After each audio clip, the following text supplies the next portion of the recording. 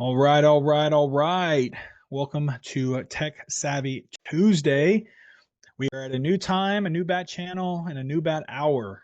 And we got Will in the building, nice and early. What's up? What's up? What's up? I'm I glad you got the was memo. I was 7 hours early today. I think you and Sabine were as well. I made the announcement after she had already showed up. And again, right, I'll tell you and I'll tell everyone, one, I do my best to try to stay on top of things, but like anything else, we're all humans, we make mistakes.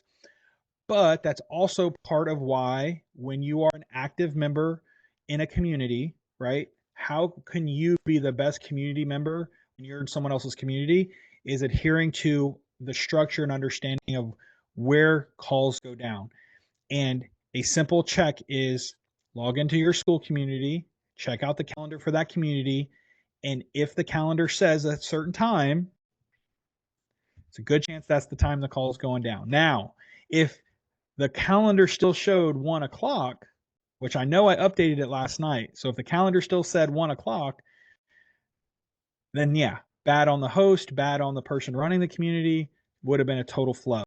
But I know last night I changed it because I knew it needed to be changed.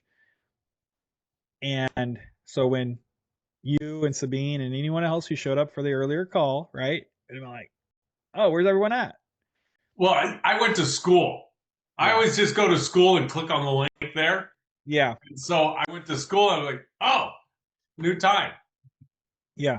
And so either way, I made the announcement after Sabine pinged me. She's like, hey, is it going down today? But for anybody else out there, right, this is just a general rule and a general term for anybody running a community or being community in somebody else's membership.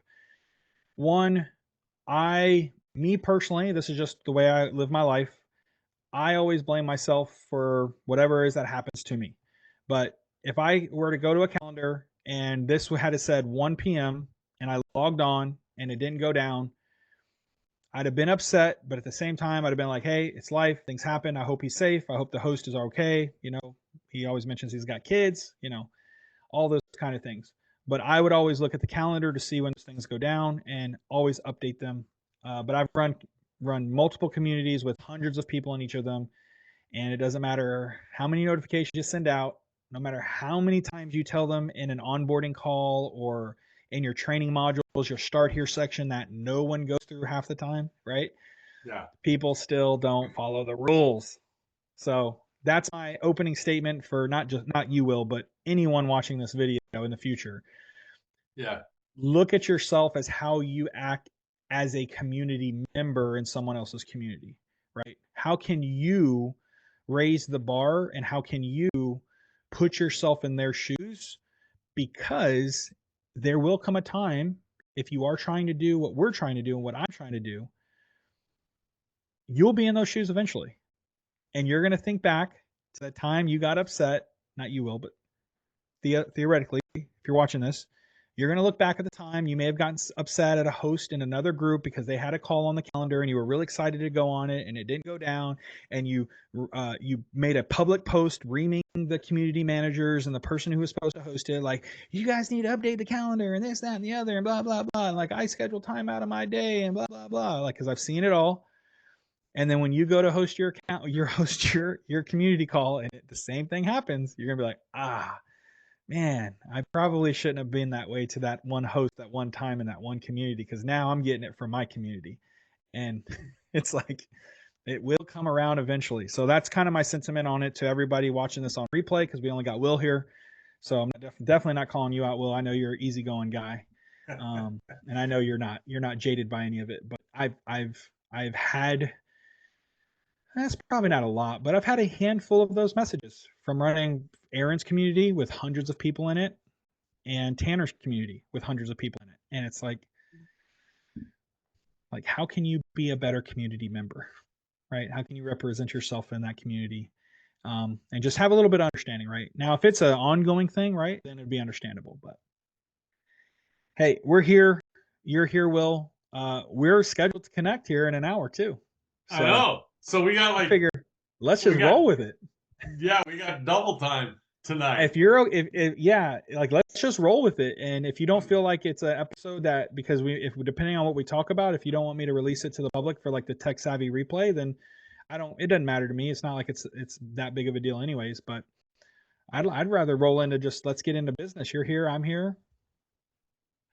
All What you been right. up to, man? um, let's see. Update me on your coffee minutes, your $1 million cups or whatever. Didn't you go on that? I did, and they had a technical difficulty, and so the videographer, the guy that shoots it live, he pulls the audio off of the Zoom recording and lines it up. Well, the organization had something up with their Zoom account, or they renewed it, or did Yeah, something, and so um, yeah, got to get the lights going. gotta get the lights going. Oh man, sorry, I'm listening. Go ahead. And so they didn't. Yeah, so no video for me off of that one because there's no audio. Oh, bummer. What about just overall presentation and the pitch? Oh, it was good. It was good. I had a lot of good questions, um, and yeah, I mean, yeah, Any prospects? Any any conversations that are leaning closer to like, hey, like this person might sign up? Because I know like that's kind of the flow and the traffic source we were trying to see how that went. um, no, not. I had some folks interested, but then the following week, so that was 2 weeks ago, and last Wednesday I missed it because I had to take Paula to the airport. Um, so that was a conflict. So I couldn't. Yeah, I didn't get to go to the meeting or follow up, but I'll be there tomorrow. So And we got some follow up to do then. yeah, How many were in attendance? there was about 40, maybe Ooh, that's solid. 35, 40. Yeah, That's it's a solid. pretty good. It's a pretty good group. Um, and then I went on Thursday last week. I went to this what's the lady, I forget what Sandy calls it. It's like a founders, some, dang it. I was okay, maybe here.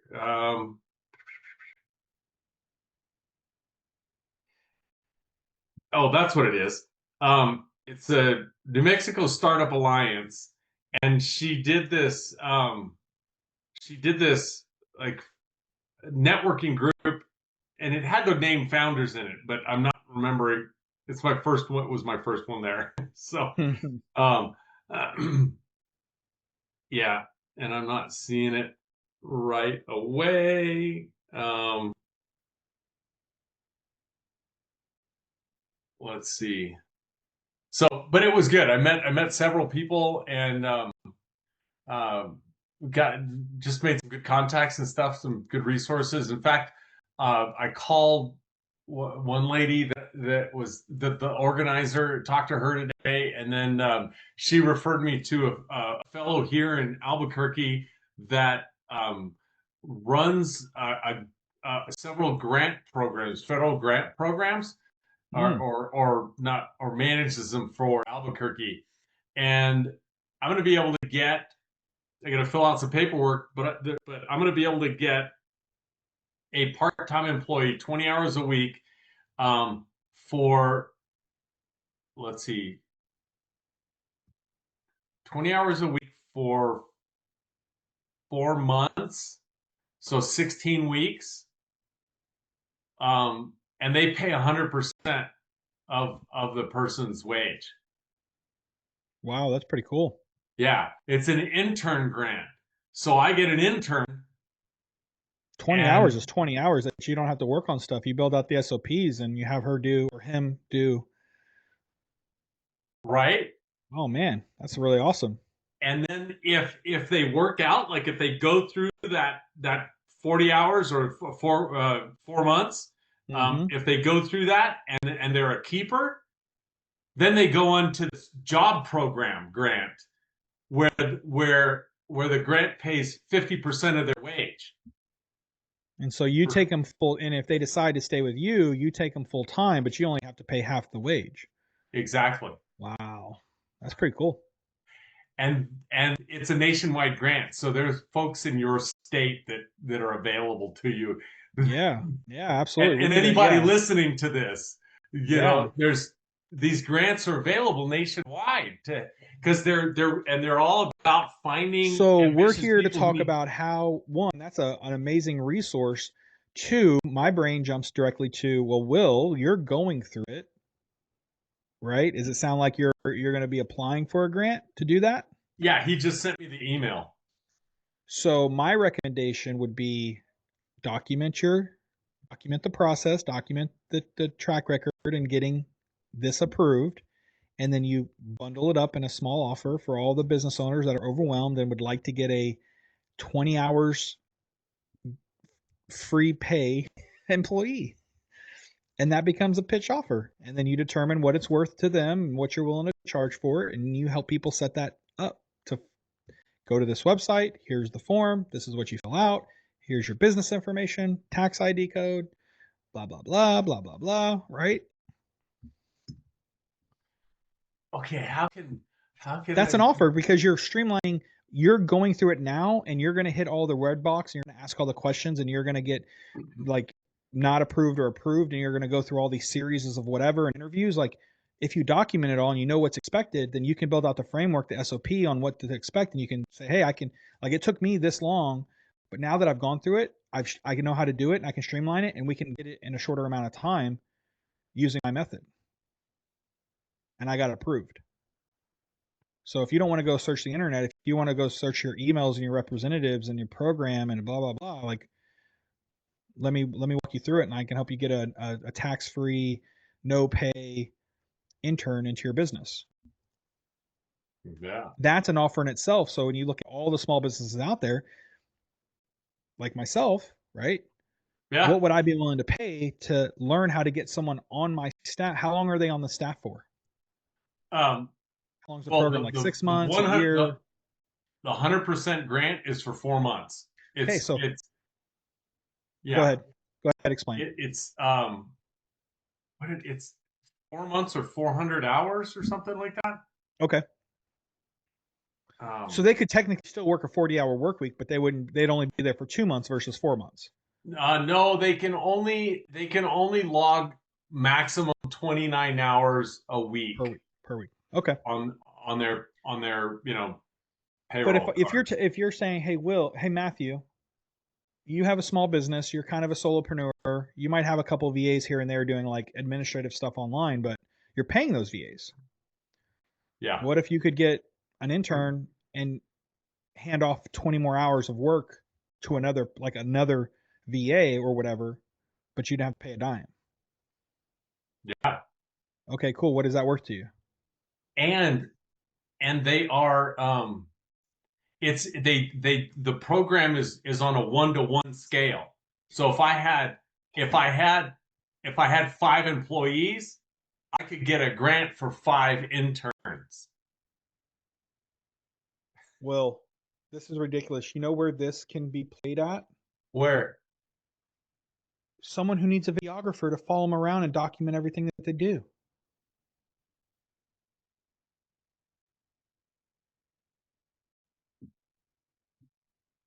Huh. Think about that, right? Yeah. Everyone complains about they don't have the money or the funds to pay for someone to follow them around and record them all day because they're not at a certain level for their business yet. But what if we could install that person minimum 20 hours per week documenting everything you do, and they just sit there with a camera and they vlog you, and then you teach them how to do the edits, you teach them how to do the clips, you teach them how to disseminate it across the social platforms. Boom, you got an instant marketing that's part of your offer now. Your 5K a month for 12 months, that's part of your offer now. And now it's not a 5K offer anymore, it's a 10K offer. Right. And they don't even know, like, they may not even, well, Yeah, you can determine whether or not they have to do the grant stuff. You probably have to do that still, but you just don't. You just include it as it's part of the offer. My offer is 10K, and I'll show you exactly how to set up a way so you can work with the states. How many employees you got? Oh, you got 3 employees. Well, I can get you 3 no cost employees as part of my bonus if you sign up for my 10K month digital media package.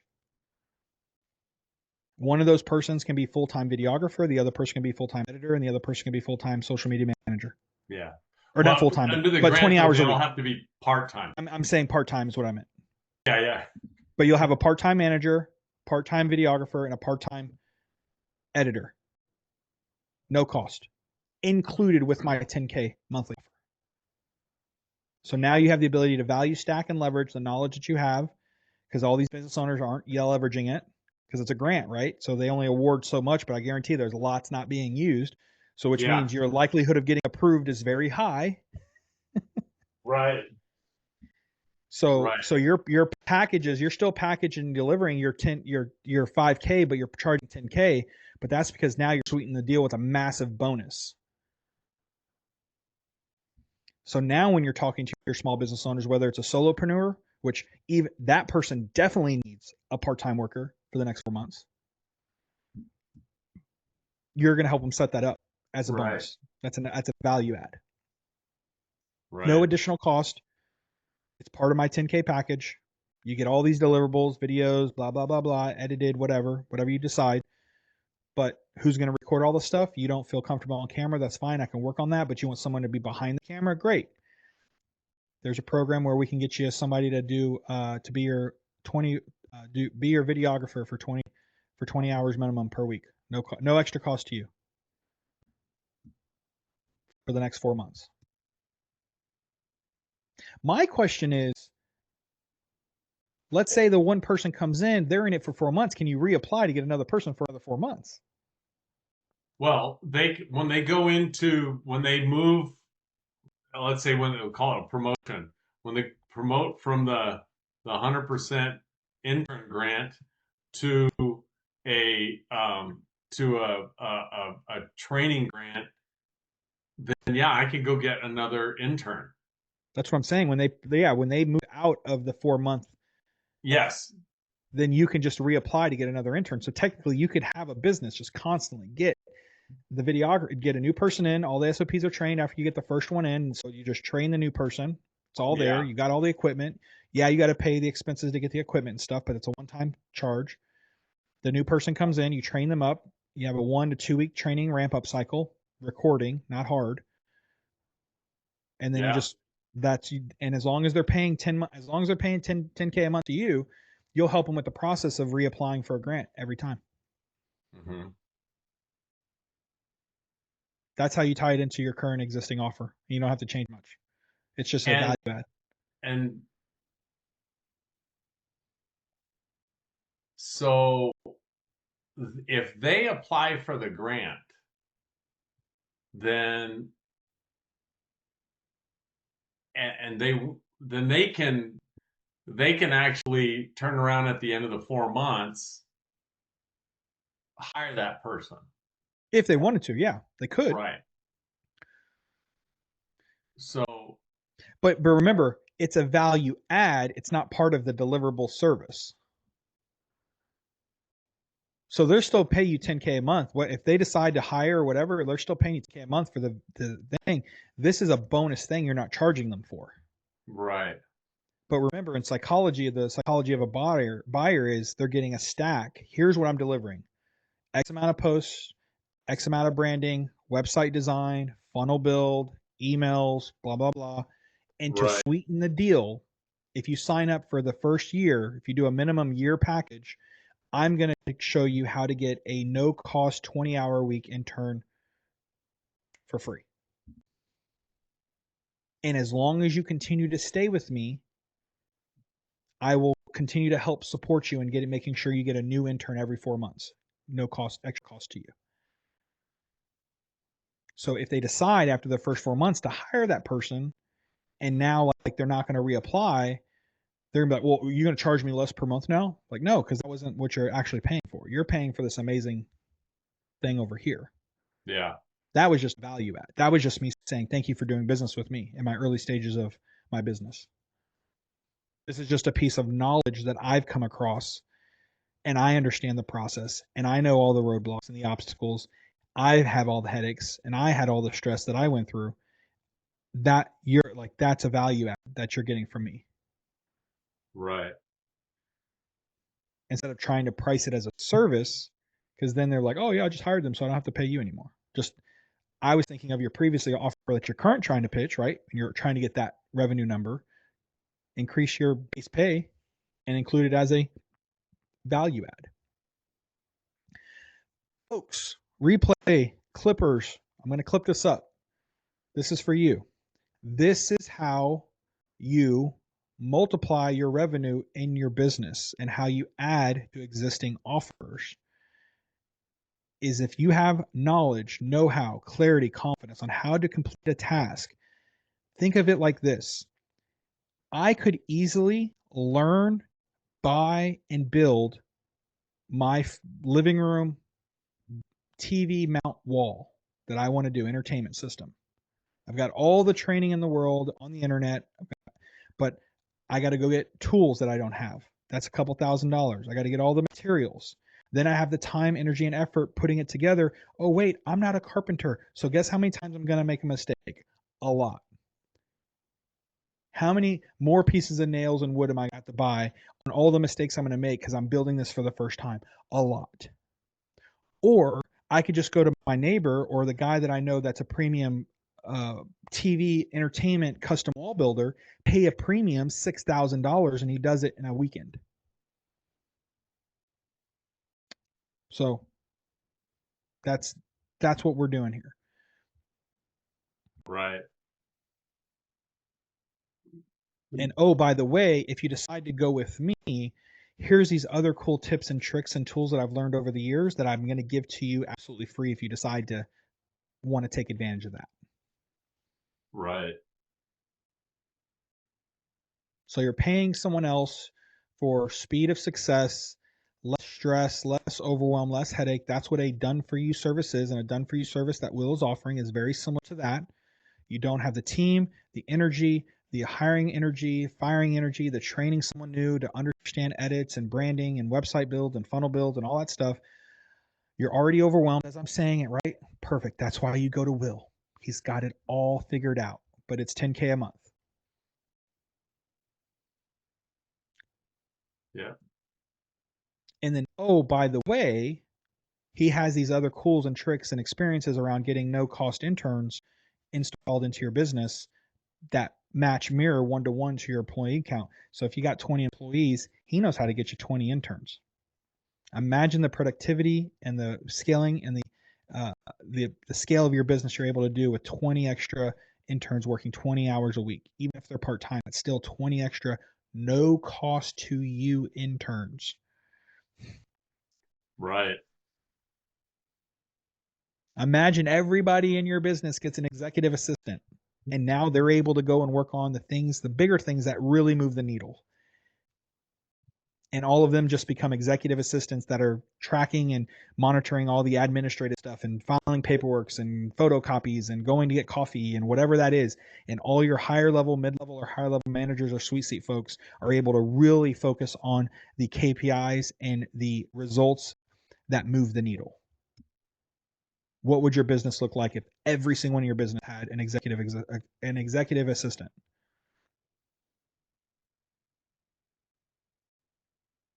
Don't have a media team? Guess what? We'll get you one.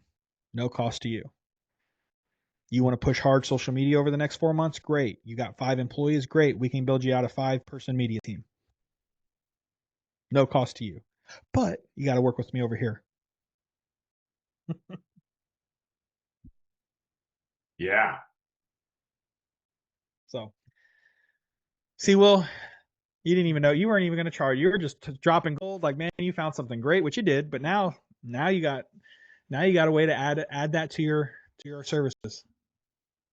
Yeah, I gotta document the process, like you said, so I can figure out how to include it, how to present it, and all the,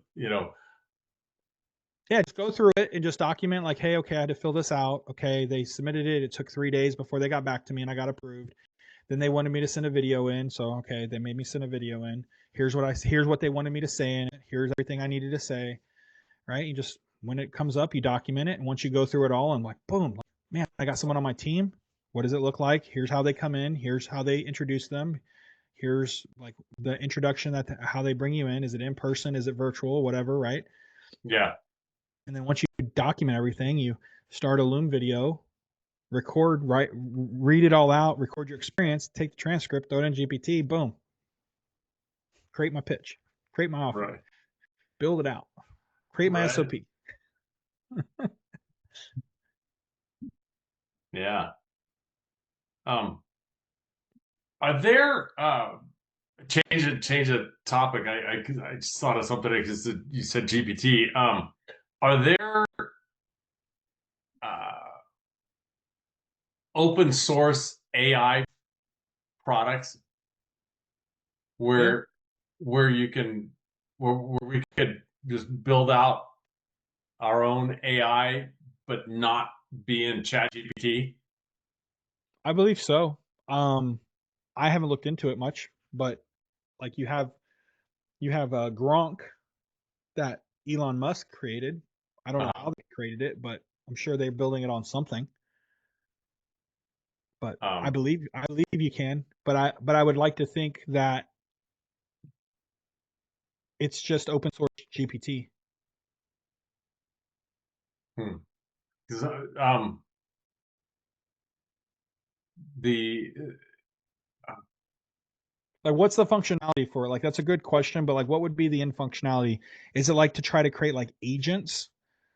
no, it's to keep our content from being in the public domain, which ChatGPT is is is putting it out in public, and then Yeah. and everybody is what we put into ChatGPT is influencing everybody's output, everybody's responses.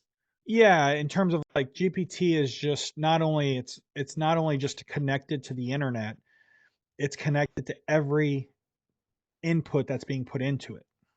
Right.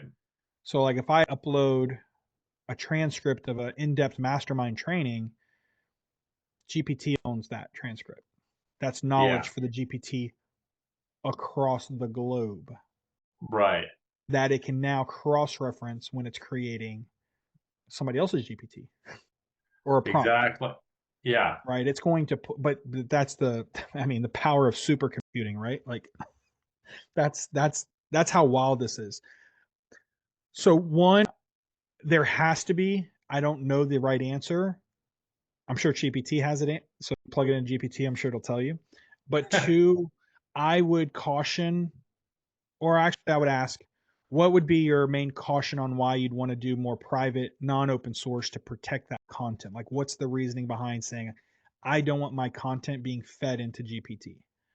um, because it almost nullifies copyright for books and stuff. Hmm, got I it. So mean, you've seen a case where copyright can be infringed upon because it's pulling, let's say I write a book. I use GPT to help me write it. I yeah, get it published. I try to say don't copyright it, but it's too late because it's in GPT. exactly, exactly. Then, but Where with that from concern, Google, if we did use Google to do the research, then we compile the data and then format it and rewrite it and all that kind of stuff. yeah, great question. I definitely need to learn this because that's definitely something that's going to come up a lot. Yeah, because we were talking. Well, we've already started. You've already started, and I've started now. Start building my own GPT. So, Yeah, yeah. I would say I understand the concern you have. Obviously, I think it's warranted to a degree. Like let's say, but you have to understand. I like to look at Alex Hormozy in this instant. He created his books. He put all of his training online for free Anybody can go through it. You don't have to pay for another digital. Technically, no one needs to pay for another digital marketing course ever again. You have Alex Hormozi's $100 million leads absolutely free. Click the link below. Go to it right now. Acquisition.com/$100 million leads. He literally put in video format his entire book. And it's like, I think, where's it at? Do I even have it out? Yeah, I have it over here in the back. I've got 2 copies still. That should be a publication in schools. That should be like digital, like that should be marketing and sales online 101. If instructors aren't using his books, offers, and leads as a baseline of education and certification to becoming an expert digital marketer, like, so in that instance, right, he's giving it all away for free. He's still making his money on it. Copyright, in my opinion, is more or less to protect like someone being able to make money off of your work. My frame of mind is completely different. Like, I'm not too worried about someone stealing a book that I create. Like, my brand and my marketing efforts and my sales are going to speak for themselves. And if there's always going to be and they're out there still, people who rip someone's program digital, and you have the off black sites, you can go buy it for like $20. If that's who you're going, if those are the people you're trying to sell, those aren't your right customers anyway. Mm-hmm. And eventually they either get caught, but it's not even worth anyone. Like, for Alex Hormozi to track anybody down to try to get paid in reparations on some low level person trying to sell his book separately somewhere else, he's not spending any time or energy on that. No. So that's kind of where I come from with the question in terms of like, yeah, if you're feeding information into GPT and now it null and voids potential copyright infringements because that information's in there, and now you've created this thing that you sell. But if somebody goes and recreates it on their own and puts a spin on it, it's really not copyright anyways, because as long as there's enough, like, I could recreate Alex's book. Yeah. But as long as I show enough differentiation of what was the original product to what I'm creating, and you can tell it's not a one-to-one carbon copy to a degree, I could rewrite his book. But guess what? My book's not going to sell as great as his because I'm me. I'm not at his status yet. Right. It's not the book. It's the brand. It's the reach, the equity. And it's not so much about you and me and Alex and the other guy who might massage Alex's content or our content and make it theirs. It's about GPT telling us we can't do it because, you know, yeah. Because if we upload something to GPT and now it's GPT, yeah. I mean, I think my perspective has always been I could give 2 cents about someone stealing my stuff and making money off of it. Good for them. Yeah, that's why when I hear but that's not what I'm talking about. I'm talking about GPT at some point in time saying, yeah, that's ours, you can't use it. Oh, I get what you're saying. Oh, okay. I misunderstood the angle in terms of how you presented that. That's now a different conversation down a whole nother rabbit hole. You should have stopped me sooner. Should have stopped me sooner. No, because what you were saying was interesting. I get it. Now you're saying, true. Oh, wait, I just put all my stuff in a GPT. I'm out here selling stuff, but now GPT is like, oh, he's making millions of dollars now. We can come after him. And they want their take. They want their cut. Oh, yeah. Or shut you down. Right. Hey, you need to buy those rights because you uploaded all your notes and all your cliff notes and transcripts and all the stuff that you did for this book or this movie or this product or this shirt or this design, whatever. Like, you plugged it all in and we own it. And now you're making $20 million a month off of it because you're this big time streamer influencer. We're going to sue you, or you pay us a royalty. Right. That's what you're saying. Yeah. Okay. That's a little bit more concerning. Because the goal here for anyone is to use GPT to be able to explode and really grow and get really big. And If all your stuff is built into the back of GPT and it's always pumping out your next book, your next ebook, your next song, your next brand, your next whatever, man, that opens up I don't even know. Like that opens I need to figure out like what implications of copyright is it? Like, is that what it is? Like, because I have a series of books I want to make that's very similar to uh Russell Brunson's book series, Okay. right? Copywriting secrets, something secrets. I had an idea, it's written somewhere. It's a 9-book series that follows the 9-part roadmap.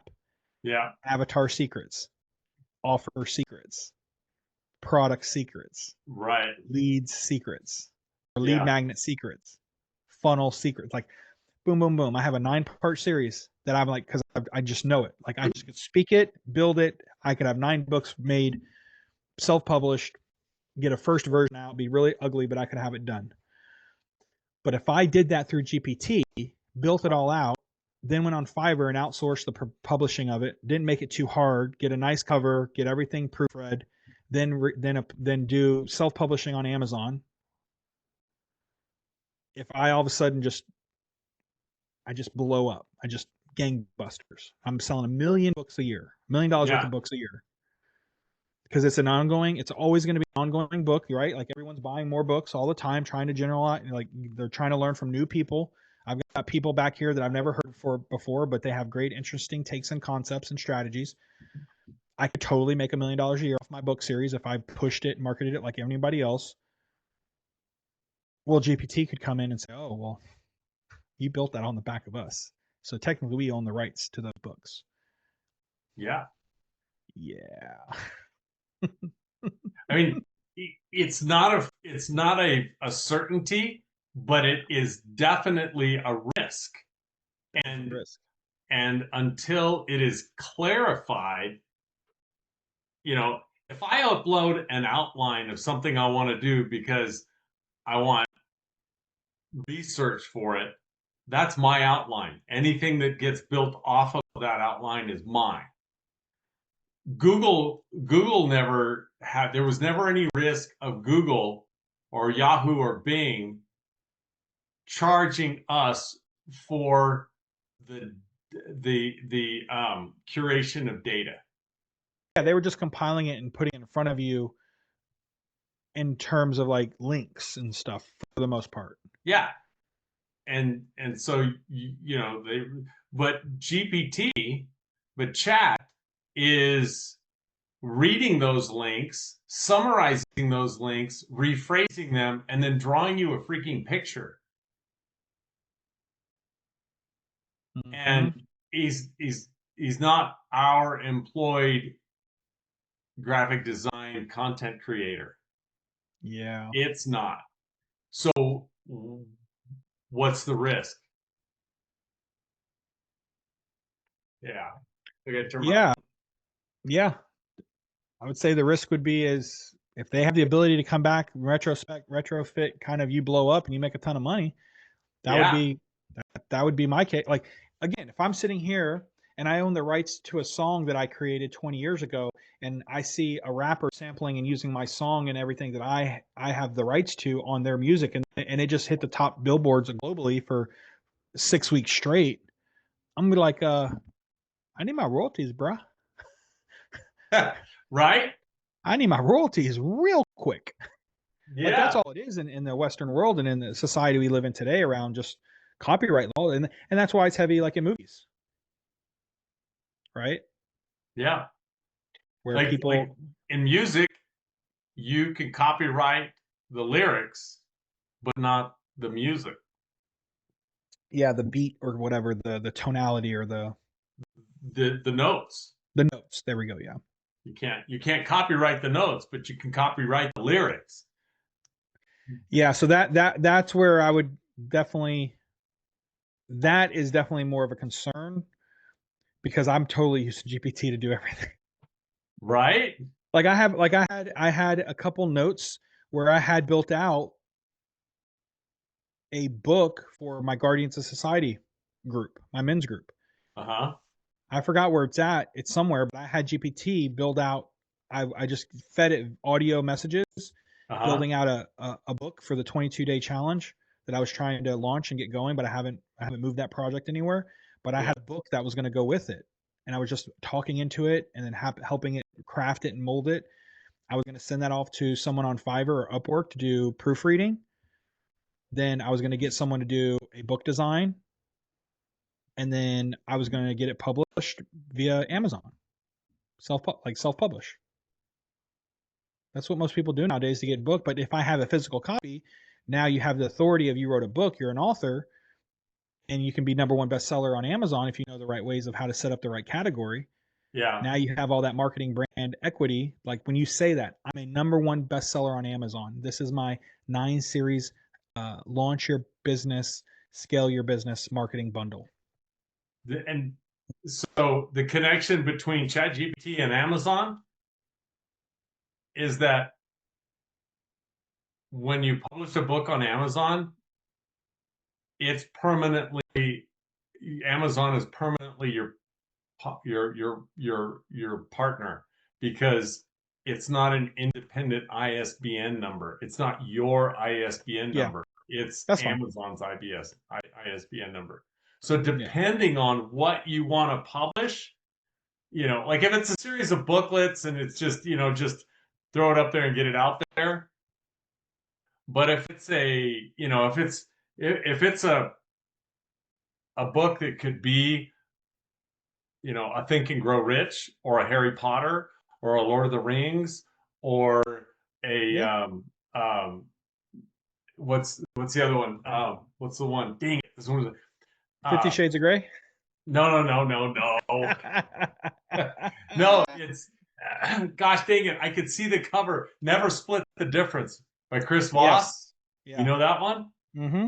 If it's a book like that, no, you want to go and get the ISBN number, and you're the ISBN number owner. Yeah. You go through the regular publishing through like the state, the government, the regular publishing rights thingy. Well, or there's New York publishers that you get it, and you can get it. Yeah. You go through a traditional route to get it fully published. Yeah. You do it the long way, so that you own it. But if it's something, if it's a 50-page or 100-page, training book, and it's just about getting it out there, sure.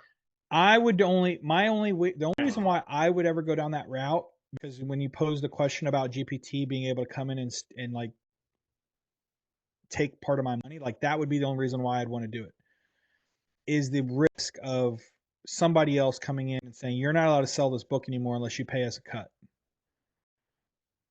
Like I could care less if they wanted to take the book and go sell it themselves. Like I could care less about that. It's more or less of, wait, you want a piece of my marketing efforts? You want a piece of my brand equity when I go live on Instagram and I'm talking and I'm giving advice and I'm building my trust with people, and then I drive people to go buy my book? You're saying you want a piece of that because I used your platform to help create it? That's where I have a problem. But if I plugged in something in a GPT, if I put my whole book in there, I could care less. If they went and created their own copy and wanted to sell it, I could care. All right, do your own thing. It's still good press for me because my name's on it. Right. You're going to have to associate me on it to a degree. Yeah. But if you want to do your own marketing efforts and your own sales and your own push, you don't got to pay me royalties of that. I could care less because I'm doing my own thing here. Yeah. And Amazon would never come and take the book away. It's just that because it's their ISBN number, you can't move it to another publisher or distributor. Which nowadays, so far, they become. Yeah, which if it's like the type of books that I mentioned, then it's no big deal. But more importantly, it's making an aware decision. Like, knowing what we're getting into when we start versus getting blindsided. Yeah, exactly. Oh man, wait. I'm looking at my invoice. I sold $1 million in books, but Amazon took freaking 80%. What? Right. Which Did you know that going into the partnership that you can't do that? That was going to happen? No. Well, then you were misinformed. Yeah. Yeah, but yeah. I don't even know how much Amazon takes. Do you? I believe they take, like, if you sell a book for like $12 or $10, I think they take like 6 or 7. You get like 3. They take 60 to 70%. I think so. Yeah. Wow. Because remember, they're doing all the heavy lifting Hey, for you. They've got the ask platform. ask ChatGPT how much they take. That's just funny.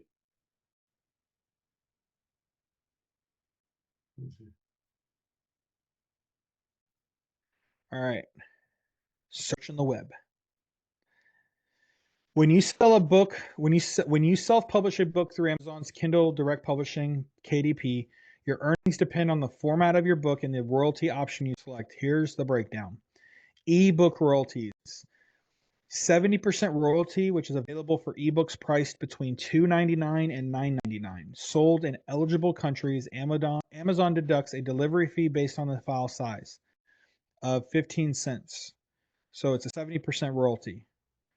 35% royalty applies to ebooks priced below $2.99 or above $9.99, or sold in countries not eligible for the 70% rate. No delivery fee is charged. So Amazon will take a 70% royalty if you're priced in between $2.99 and $9.99, and only a 35% royalty if you're priced below $2.99 or above $9.99. So example, if you price a book at $9.99 under the 70% royalty and have a 1 megabyte file size, this is just ebooks, by the way, 70% of $9.99 is $6.99. Delivery fee of 15 cents, royalty $6.99, $6.80, so $6.84 per sale. So you only make $2 from an ebook sale, Wow. if I'm reading that right. Or is that what you make? Well, not For if they take 70%, then on a nine. I think this is reversed. You get 70% royalty or 35% royalty.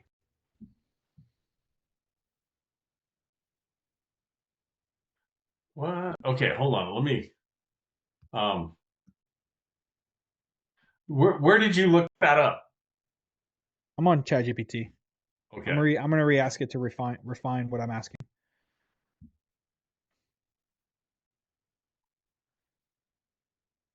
Yeah, so you get 70% royalty, they get 30% royalty. So it's 70-30 split. 70% to the seller, 30% to the Amazon. And that's for ebooks. Paperbacks at 60%. Okay.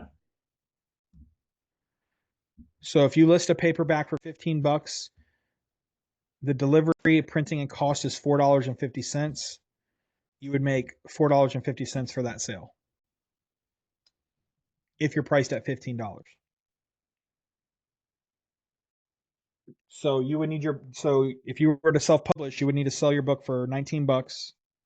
So 19 times 60%. So you'd make $11 minus $4.50 for the printing and delivery. You'd walk away with $6.90 per sale if your list price was $19. But again, right, they're handling all the distribution, they're handling all the sales and the refunds and the back and forth, and you're just collecting a check, and all you have to do is marketing. And it's on a platform that'll help promote your book when people search your book.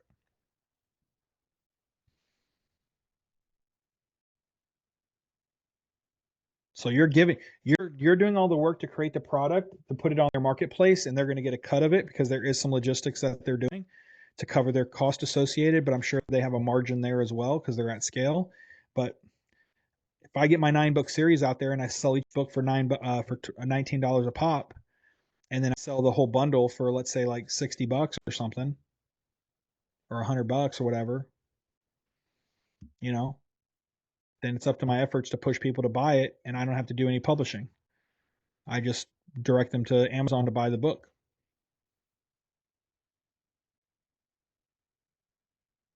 And so Right. if I had 19, if each book was 19 across the board times 9, it's $171 for all 9 books. So if I bundled it and say, hey, get the book today, get the bundle for 115 or something, or 109 times 60%, that's 65 is a bundle. Is it $4.50 per book in the bundle, or is it for the bundle? Because then I can minus 450 from that. If I sell my bundle for 107, I walk away with $60 every time that bundle sells. Well, And I don't have to package it. I don't have to store it in a warehouse. I don't have to print out shipping labels. right. I just create the book, put the design up, upload it to Amazon, which I've done before, by the way. I know how to do this. I've actually created a quick and simple book as a exercise from one of the in-person webinars I attended in LA.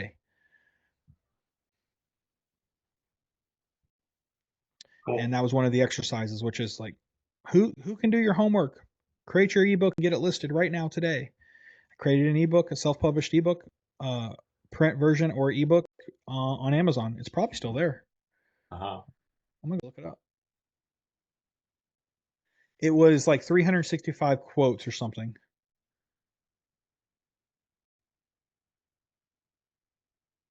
I don't think it's there anymore.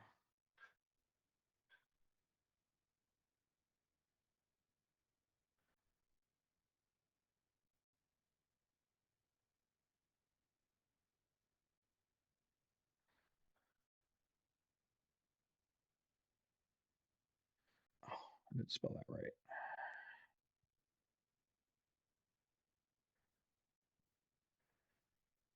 Um, that'd be awesome if it was still here. Obviously, I haven't made any money off of it. No one's buying it because I'm not marketing it, and it's a garbage book. So,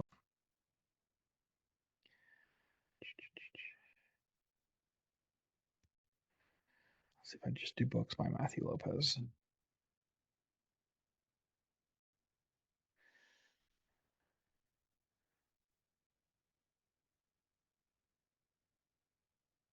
Nope. Or maybe I did Matt Lopez because back then I really wasn't calling myself Matthew. I was always Matt Lopez. Why's that? What's that? Yeah, what why? I saw a clip of Matthew McConaughey telling a story about his mom scolding him because he responded to Matt, his friends calling him Matt versus Matthew. And his mother was very biblical and very religious. And when he told a story and the mom like kind of scolded him and says, your name's not Matt, it's Matthew. Don't ever let me catch you or your friends calling you Matt. I did not name you Matt. Right. And there were some other parts to the story itself, but I heard that and I realized like my mom was the same way. My mom was very religious. She named me after the book of Matthew. My name is Matthew. It's not Matt. It's Matthew. Yeah, Matt for short. Like Will may be short for William. I don't know if it is, right? Is your Yeah. name like so your name is William on your birth certificate. Yes. But I'm sure like what everybody does, right? William is very formal. William. Yeah. William, you want to go play some golf? Right? Like it's just formal. Like Matthew. Matthew is like it's formal. But it's my real name. And so because of that story, because of his story, it resonated with me enough. I was like, you know what? My name's Matthew. I'm gonna go by Matthew from now on. Like that's my name. So people can still call me Matt. It doesn't bother me, and I'm not going to get upset. But I tell the story. But you'll see in all of my branding, my Zoom, everything is Matthew. It's my full name. Yeah. So that's the reasoning behind it. I'm looking on Amazon. To try to find my. I don't think you're there. I don't think I'm there either. They could have taken it down, to be honest. What was the title? Let me check Facebook because I think I uploaded the digital version into digital marketing under the resources file. I'm gonna go check it out real quick. Okay. So files.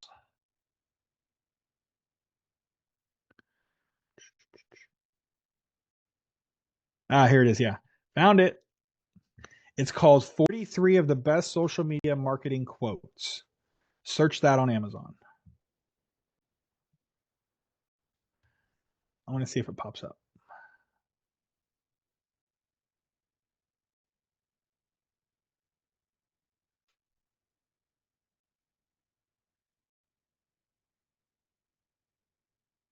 Bam! I'm right there at the top. Where? Oh snap! I'm there. When you type it in exactly what it is, What boom, is it selling it for again? $1.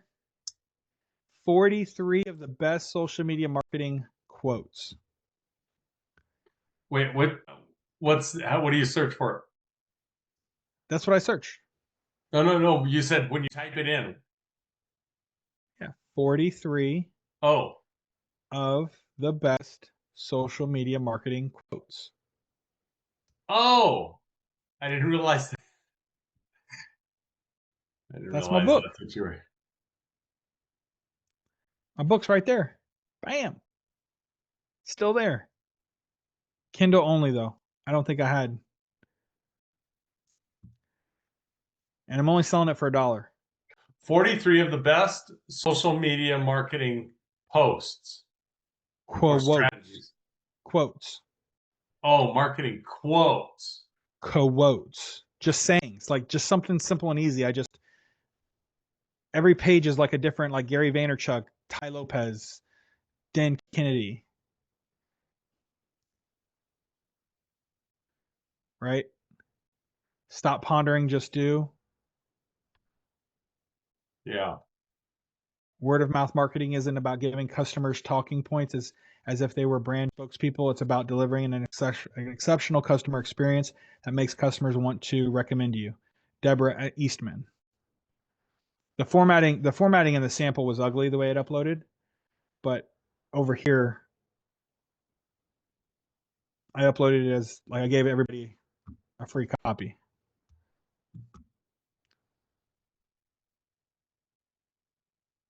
Like that's my book. I put that together in less than a couple hours, put it up on Amazon, sold for $1, but I'm not marketing it or trying to sell it. But if I sell it for $1 on a Kindle version, right? You saw what Yeah. the spread was. Like I'm barely making 30 cents. But it's digital. So, Yeah. but thank you for downloading this ebook. I created this ebook from all of the motivational and inspirational quotes that have helped me stay motivated, inspired while on my continuous marketing journey through business. The purpose of this book is for you to learn from the best online marketers in the industry, and that it's okay to think outside the box. I want to thank my wife Jessica for her continued support. Without her support, I would not be where I am today. I hope that the quotes you read from this book keep you motivated and inspired to create awesome marketing for your business. And this is pre-GPT. Right. I had to compile all these quotes pre-GPT. But here they are, right? Like, content-based marketing gets repeated in social media and increased word of mouth mentions. It's the best way to gather buzz about a product. Marsha Kohler. Word of mouth. Sandra. Think like a publisher, not a marketer. David Marin Scott. Like Gary Vaynerchuk. Brand storytelling is not about pushing advertising. It's about bringing value. Neil Schaefer. So it's literally just 43. I don't know why I landed on 43, but that's all it is. That's all this book is. That's funny. Oh, and then look, there I am at the end. My plug for my business website, which doesn't work because that site's not up and running. But Well, that's do how you you own the build your. domain? I do, but it's not active. I don't have anything plugged to it. What would it be worth it to Plus, it just was my old domain, Matt Lopez Official. I mean, Yeah, I went to Craig Duswalt's Rockstar Marketing Bootcamp in LA.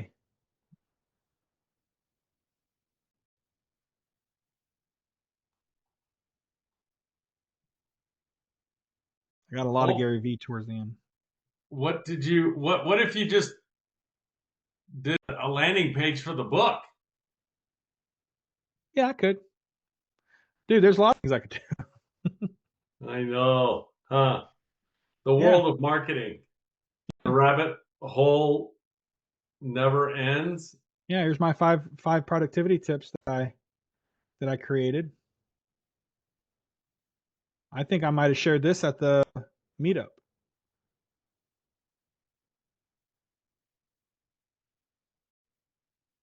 Right? Use a journal, have a ritual, schedule everything, use alarms, avoid interruptions.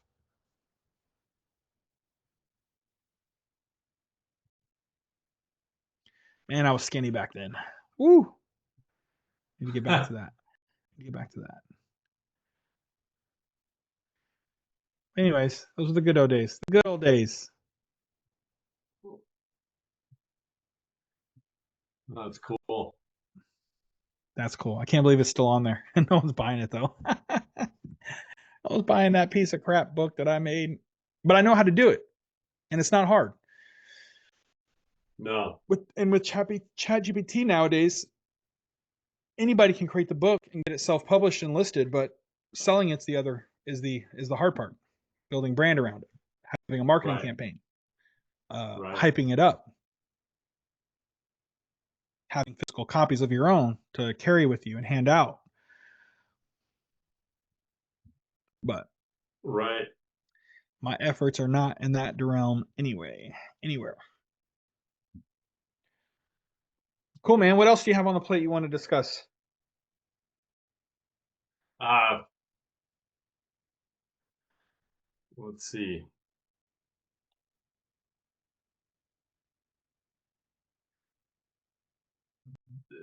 The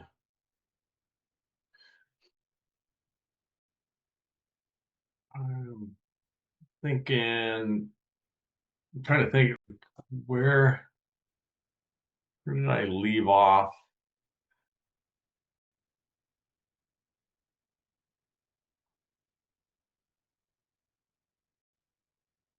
Hmm.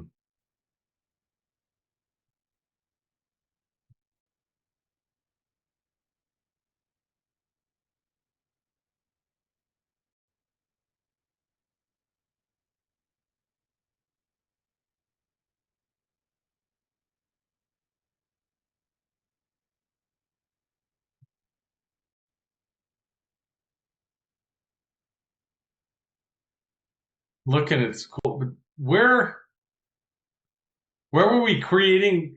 We were creating the GPT within school, right? Which GPT? The one that I was creating? The one you're creating, or the Branding Titans one? Uh, that was. Are you talking about like the self like the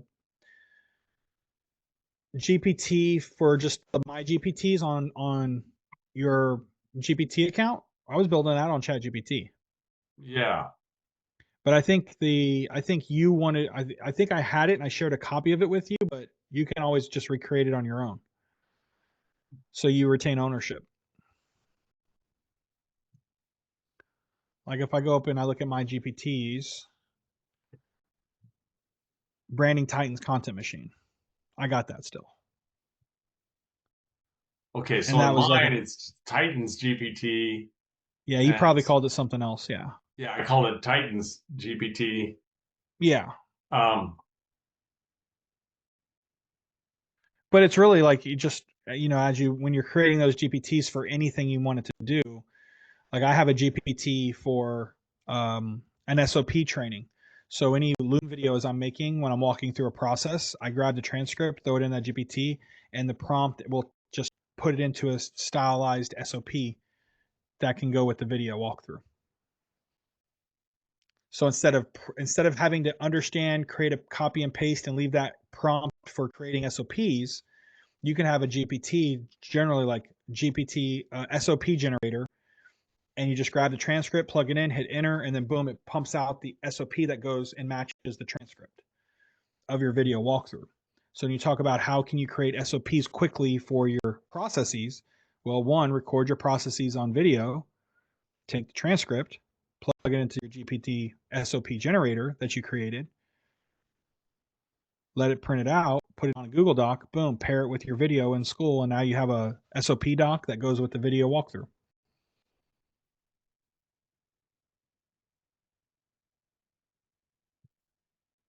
Okay. So the old school way would be write out the SOP document in order, the best way of ability, and then walk through the SOP and then walk through the document.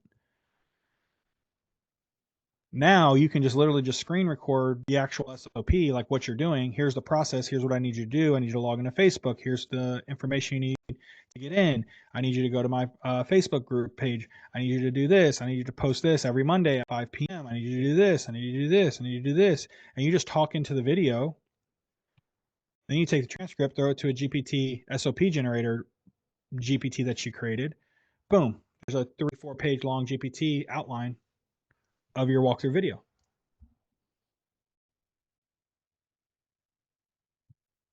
Hmm.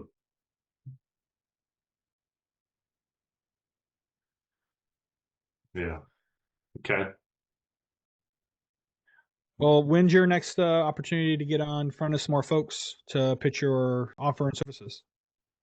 I'm gonna create one for July. I'm gonna do actually, you know what? Oh crud. I was gonna bump that up and say I'm gonna do it in June. You know what? I still can't. I still got there's one, two. I could do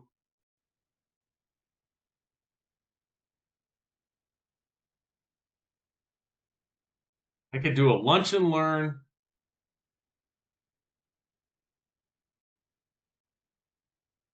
And then a workshop.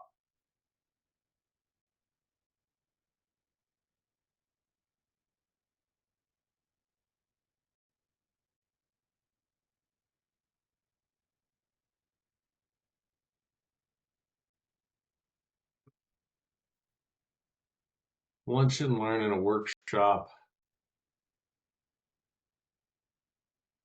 in June.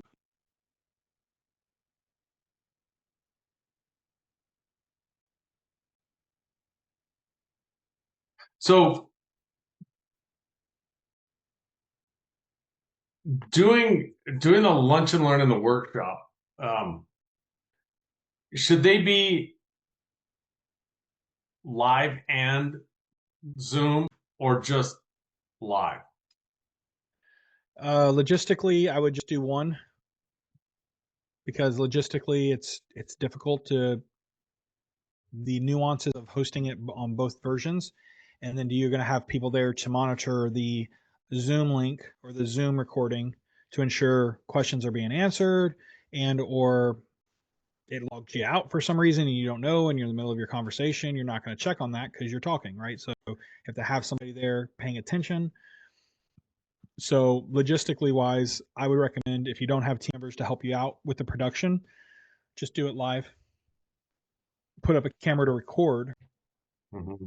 And then again, right, if you can have someone there monitoring the recording just to make sure it gets recorded, then that would be the only part that I would do. I wouldn't try to do because if you go live on Zoom and people show up, yes, they're there, but you're not addressing them and answering their questions to a degree unless you have the setup, the production setup for that, where you can address the live crowd, answer their questions, but also be able to look at the computer and see what questions they're asking and address those, right? So you're just Right. can be done. It's a logistical question. Can it are you willing to do it? Do you have the resources, the time, the bandwidth to host it on two different? And some would say if you're doing stuff in person and you got 20 people in front of you, you're less likely to give the attention to the digital folks.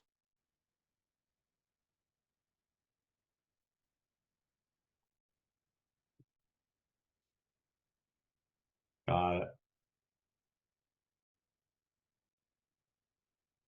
But again, if you do go Zoom, go with setting the expectations that people can be a fly on the wall, but you're not going to answer questions, and then you'll be able to two birds with one stone, get more eyeballs on your brand, get more brand equity because they're there watching and listening in live. And but number two, you have video recording of the conversation, of the training. But I would keep focused on the in person, the in people folks.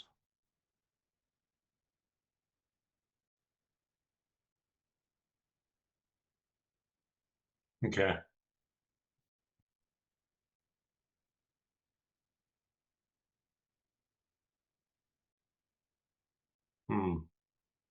So then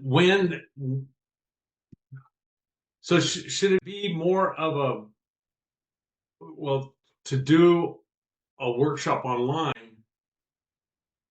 should I just do it as a webinar? Webinar is just a fancy name. That's all it is. Well, right, but I mean, should I record it and have it be recorded sessions that Are you recorded speaking sessions? more in terms like of like an evergreen webinar where it's like Yeah, a replay? Yeah. If you're going to use the recordings for an evergreen webinar, then yes. But remember, there's webinar, which is a workshop, which is a boot camp, which is like they're all the same thing. They're just on the internet. yeah, A evergreen webinar is one that you do once live, then it lives on the internet forever, and people just watch the replay.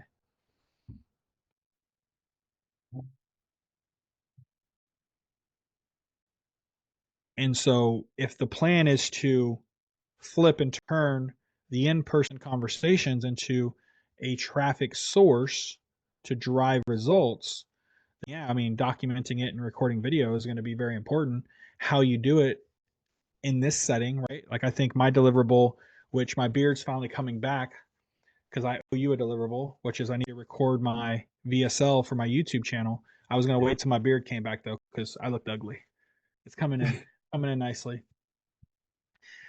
I'm going to create my VSL webinar. right, Evergreen VSL. It's the same. A VSL webinar, same thing. I'm not going to do it live. I'm going to do it privately. I'm just going to record my screen and I'm going to walk through the entire start to finish 9-step process to starting and launching your business. And then I'll have a separate one where I'll go a little bit deeper into scaling your business for folks that are already there but looking to scale to like beyond 10K months. They're trying to get to 50K months. I'm going to do a full in-depth start to finish 2-hour-long video VSL, and it's going to be structured the way we talked about it. And I'm going to put it on YouTube. It's evergreen VSL. And then the call to actions are going to be, hey, you want insights? You want me to audit your business? You want me to help you launch your business? You need guidance around your avatar, your offer, and where to go, and maybe get some help and experience on what to focus on first versus trying all the other things in a melting pot. Come jam with me over on my TECHSAVVY Tuesdays. Boom, link in the description. Boom, they land on the page. $47 to get in. Boom, they buy in. But it's on YouTube. It just lives there forever. And I'm leveraging more or less YouTube organic, but then I'm also going to power it back with ads because YouTube offers ads now. And as I mentioned, if I spend $100 a month on a video and I get 2 signups, if it covers the cost of that in the first month, then that's like I make my money back tenfold the second month because I just need to retain people as long as possible. right. So if YouTube can help me gain 2 new signups minimum per month, covers the ad spend, then that first month I got 2 new people in for basically for free. And now my goal is to make sure they have the best experience, and that number just compounds. And if it's consistent, $100 gets me 2 people in. Well, if I'm trying to get to 10 new people a month, then I spend $1,000 a month to get 10 people in, covers the ad cost. But now I have 10 new monthly recurring members going into the second month. That's going to be pure profit. Right. Which in turn, 10 times 50, 47, right? Is 400. Yeah. So I pay. So within the first month, I'm covering half of my upcoming marketing budget. And so I'm going to spend another $1,000 the next month to get another 10 people in, but I already have 470 from the previous month that I'm going to put towards that budget that I'm not paying for now still. So now I only have to put $530 to the second month. I get 10 more people in there. Now after 2 months, after $2,000 ad spend, 20 new people, but it's covering it all. Going into month 3, my whole ad spend going into month 3 is covered. No money out of my pocket still. Right. By the time I get to month 4, now I'm in pure profit. And I just need to make sure the churn rate is retained. Now I got to make sure I can retain them for 6 months minimum. Obviously the goal is lifetime, but so that's, I don't have my calculator up, but like 10 times Well, that's 47. 940. 20, 10 the first month, 10 the second month is 940 a month. Yeah. And then it compounds after that because I'll have another 940 plus another 470 on the third month. Right. Oh, right. So actually, it compounds monthly recurring revenue. That's where. Oh yeah, yeah. In month 3 is when it starts. It starts compound. Well, it compounds in month 2, but it does compound month 2, and then it grows by 470 every month after that. But if I run my ads and let's just say it costs me $1,000 to get 10 new people in, because my VSL is such a great converter and my landing page in my school is such great, if those are my real numbers, then it's all about how much money can I spend. Right. That's all that you is. Could get up to. You could spend your income every month to a certain every point. month and just keep increasing it. Instead of getting 10, I get 20. Instead of getting 20, I get 40, 40, 50. And I can get to a point where I'm like, you know what? I'm at 200 members, paying 47 a month. I'm making $9,400 a month compounding now. Up to that point, I'm still compounding. I'm just locked into the 5,000 members. Well, that too. Yeah.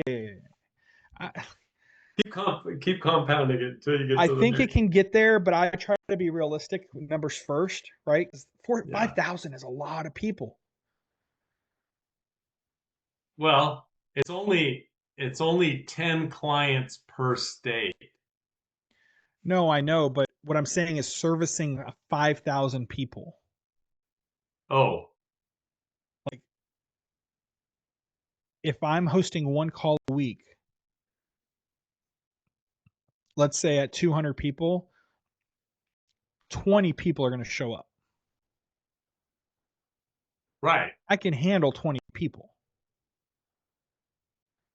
But once I start getting over 200, 300, 400, 500 people, I'm going to have to throw in another call to try to give some bandwidth for other folks to come in. I'm going to have to start building some other ways for people to say questions so I get to everyone's questions, because that's what will cause churn. People showing up, they have a question, they never get answered. Why am I in this group? Well, and then I have to think about expanding it and bringing in other experts to host calls.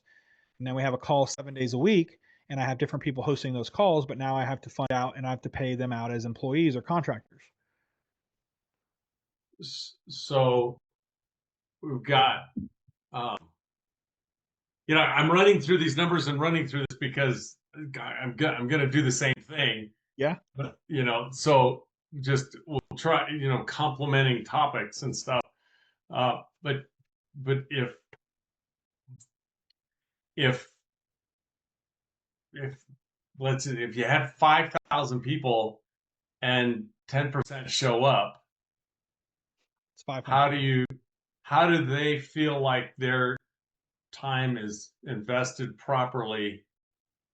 And that's why I wonder how many questions can you answer in an hour?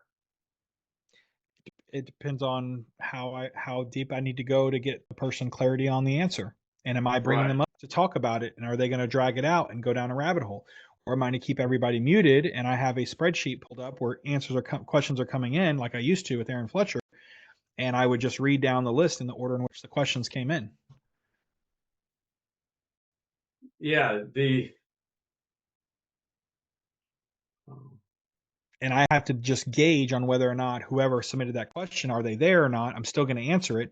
And two, did I answer it in a way where they are able to get confidence and clarity to be able to go and execute from my answer? right. Now, yes, everybody else is going to get tons of value from that. Some people are just going to sit there and just listen in to all the other questions and how I answer it. So there is value there, but it just comes down to there's going to be 500 people who show up on a webinar once a week, text like this. I'm going to have to get the premium platinum Zoom webinar package. And I may have a hot seat from time to time where I'll bring somebody up and we'll jam for a couple like that. That'll be part of the giveaway or part of the experience. Like, hey, we've got a lot of folks in here, very big attendance. Here's a link to submit your questions. I go down the list and answer these questions every single day for an hour or two. And I bring up two people. I put two people on the hot seat, and I spend no more than 15 minutes with each of them to get real clear guidelines, steps, actions, and support. How do you win the hot seat? You ask questions. I pull a list of everybody who has asked a question, and I run it through a raffle. I pick on stream, and if you're here and I call your name, I unmute you and you come up. Right? I mean, that's how it could be done. And I could get away with that. I just do one call a week. 500 people show up, and that could be it. But again, 500, if I have 5,000 people paying me $47 a month, right? Like, I do that all day. I do it multiple days. That's 230 grand a quarter, or 235 grand a month. Yeah. So when you look at these streamers that are streaming for 5-6 hours a day and they're talking to everybody and they're whatever, they're not really fulfilled. They're just entertainment. But like, I could sit behind a computer for 7-8 hours if I'm getting paid $250,000 a month. Right. And then, with 5,000 clients, then instead of just answering a question, you do like two sessions a week, so 8 sessions a month. Each session has an agenda, and then the questions get addressed in those sessions. I mean, there's a way to organize it to where everybody can get there. At that level, there's definitely, you have people on your team and it becomes a real business. But that's kind of where your goals have to align with what you're trying to do. And I'm not trying to do all that. Right. Well, ultimately, it would be do it initially to get it recorded and then put it into school. Yeah, but and then I want to get away from the whole recording stuff. Like, I don't mind recording, but like you kind of saw, like my no guru, no BS kind of approach. You don't need another course. You need the right support. You need the right direction. You need someone that's got the experience and that's going to tell you, don't go cold calling on phone, old school phone, to get clients. Right. Because you were contemplating that. That was a thought. That was an idea. You were literally like, I'm just going to go scrub a list of local cold numbers. I'm just going to call them one by one. I used to do it back in the day and it worked great. Yeah, it Right. probably works great today, but it's probably not the best use of your time. That was hilarious. Oh my gosh. Talk about slipping back into like selling. So, but no, I hear you. Like, and even after you say that, right? If only 10% show up a week, that's 500 folks. I've seen people host webinars and live calls with that. I see streamers doing 96,000 people watching them on stream. I know it's for entertainment purposes to a degree, but like what we're doing here, if there were 500 people here right now, Yeah. and I started to call off and I just was starting going down the list, and I'm just going to answer questions right down the list. I'm going to do my best to explain and go deep if I can. If I can't get through everything, great. Come back next week. I'll be going through the list again, right? Keep adding your questions in there. And then, hey, by the way, I'm going to be bringing up 1 or 2 people every single call to do 15-minute hot seat sessions. In order to win that, I do a raffle from all the questions submitted. So one, you got to participate. You got to be at least a level 2 or a level 3 in the community, right? Like give some criteria. Like you need to be at least a level 3 in school. You need to have asked a question on my form, and my team will, or I will put a list together of the names each and every week, and I will pick 2 names live on every call. If you're there, you get to come up. If you're not there, we'll move on to the next person and do the re-raffle again. Right. I'll unmute you. We'll jam for 15, 20 minutes, give you the best coaching and guidance you can get in a short amount of time. And you go about your day, and we do the number 2 person. And then after that, go back to answer questions. And again, it's all recorded. It's all long form content. I can chop it all up. I can create videos and modules from all of it, which is great. Drive more people into the group. But I really want my brand to be like, yeah, you can watch all this stuff, but you're not buying the courses. You're not buying my replays. You're buying me for the 1 hour, 2 hours that I sit here and just answer questions. And look, it's $50. Like, I'm not Yeah. trying to charge you 10K for a coaching program that's going to do the same thing. Right. It's $50. And you can cancel anytime. But for me, I'm not greedy. I'm happy with just 500 folks paying me $47 a month. Right? That's 23 grand a month, monthly recurring. Right.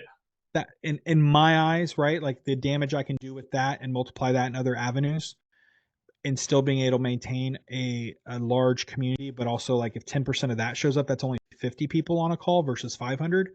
I feel more comfortable doing that. Because my expenses, I just went through my expenses last night with my wife. My Mm-hmm. expenses per month is only $7,900. Me, my wife, and 2 kids and a dog. And no house payment. No house payment. All I got is a truck payment and all the other small shit that comes with it. I And mean, that's including all my minimums and stuff that I'm doing for the debt snowball for credit cards. So if I take away what I owe for credit cards, which is about, I pay close to 2,900 towards credit cards per month right now. Like my expenses drop down to 5,000 a month. I'm not frugal. We're not buying ridiculous shit for our kids and like doing a lot of this random stuff. yeah. So if I'm making 23,000 a month and I take away 5 grand for like literally expenses, I have net 18,500 at the end of every month to do whatever the hell I want with. Well, let's see.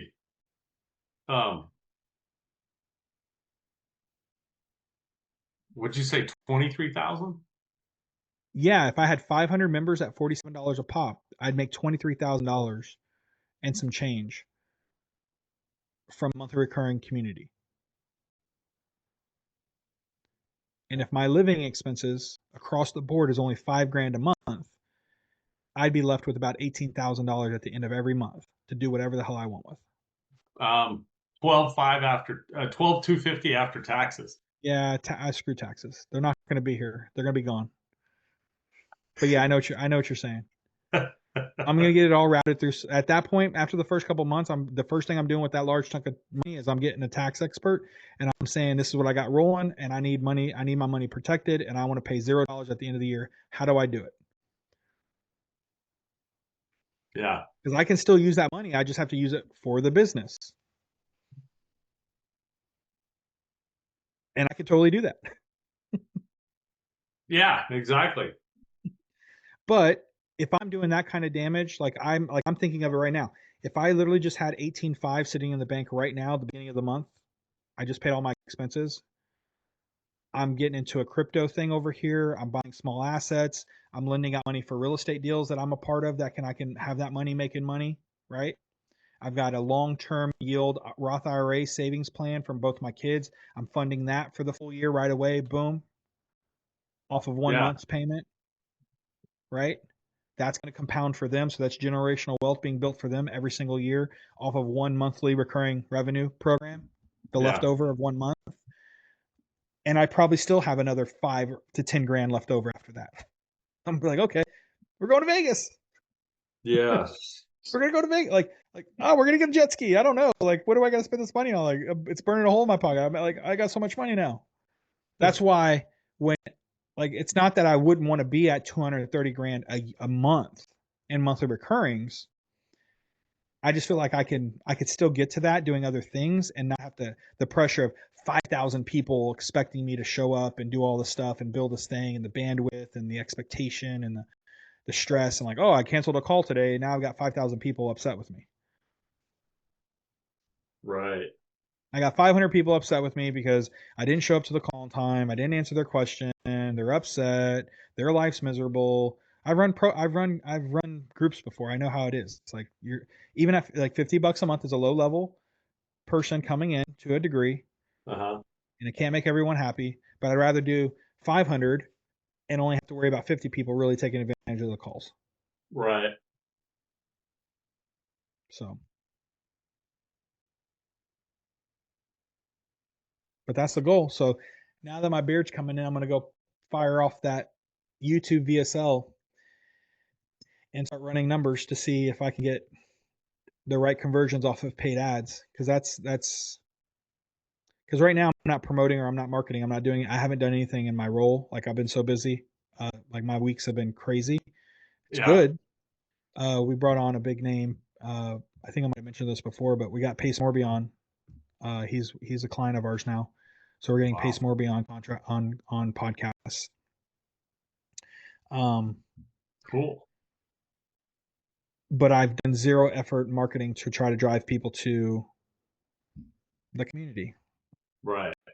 And so I'm not upset that where it's at, we've stagnated at 50-ish, one $5 person unsubscribed. They're going to wish they didn't do that because now if they come back, it's 47. Right. I don't think he knows any better, but that's fine. Um, but Maybe I he doesn't know, even know. Maybe his credit card just expired. yeah, we'll see. If he reaches out, I might grandfather him in. Who knows? But he churned the other day, which, like I said, I'm not worried about it. It's a $5. It's not a big deal. You either want it or you don't. And I'm going to be the same way for $47. You either want to be here or you don't. I'm not going to chase you down. I'm not going to chase a payment. I don't care.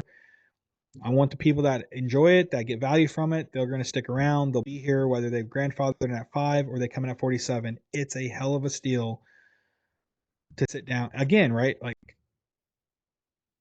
I'm not saying I'm Alex Hormozy, but I've got enough knowledge and experience to a degree where I could go pound for pound to a degree with Alex. And in order to get into a room with Alex, you got to pay probably 50 to 100 grand. Yeah. Or you could just pay $50 and come sit here with me and get an epiphany and go blow your business out of the water. And actually be able to have somebody who actually cares of what they're trying to teach, and when they give it, it's from the heart and it's straightforward and there's no beating around the bush, and all they want to do is see you win. And then if after 30 days you're done doing 4 calls, you want to cancel. Not going to track you down. No contracts, no agreements, no Yeah. sleazy sale pitches. You want to be here, great. If not, get on out of here. Yeah. Right. No pressure to stick around is what I tell people. And that's what I want. I want it to be a no pressure, no stress free. It's not about money. It's affordable. But I know there are people are going to say, oh, well, why don't you charge more if you're so experienced? And I said, for the reasons I just laid out. Right. I am here for the long game, and I want it to be easily and affordably accessible to the folks out there that need the coaching and need the help and support, but they don't want to break the bank. They don't want to spend another 5K on a coaching program that promises all this hand holding, promises all these results, and then they give you nothing. I'm not promising you hand holding. I'm just promising that I'll help you get clarity on the call when you show up. And you take that clarity and confidence and you go and execute. It's still up to you. But I feel comfortable charging $50 for that. Yeah. It's a And good price. And at this business model, I can do that at scale because now it's more or less of how many people are paying that per month. And so I still get to win. I still get to build a legacy. I still get to build a really nice income. but Right. but you also still get to take advantage of high level coaching and support, and you get to save a lot of money, and it's affordable. It's like renting a Lamborghini. You can either buy the Lamborghini for $250K, or you can rent it out for a day for $500.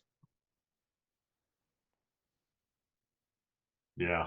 You're still going to, for the one day, you're still going to get the same effect as if you bought it, but you just don't get it every single day of the week. So when you get it the one day, you better do everything with it. You better have your photo shoot set up. You better have plans to go party that night so people see you roll up in the Lambo. I mean, that's what people are doing. Yeah.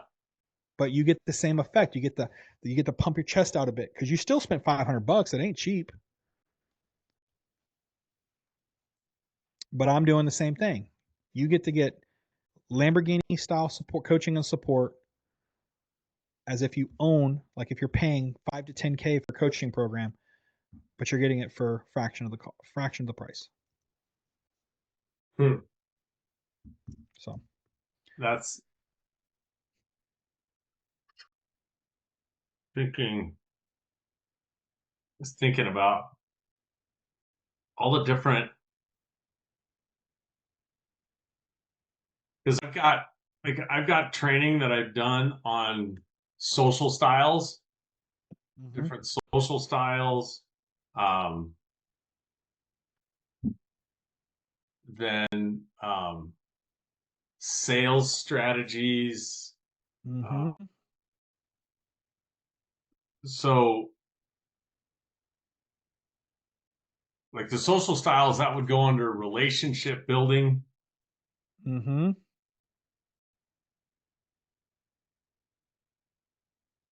And then sales, marketing is different.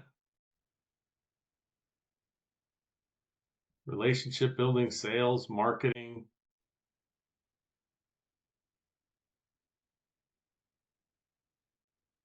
Customer service is actually under sales.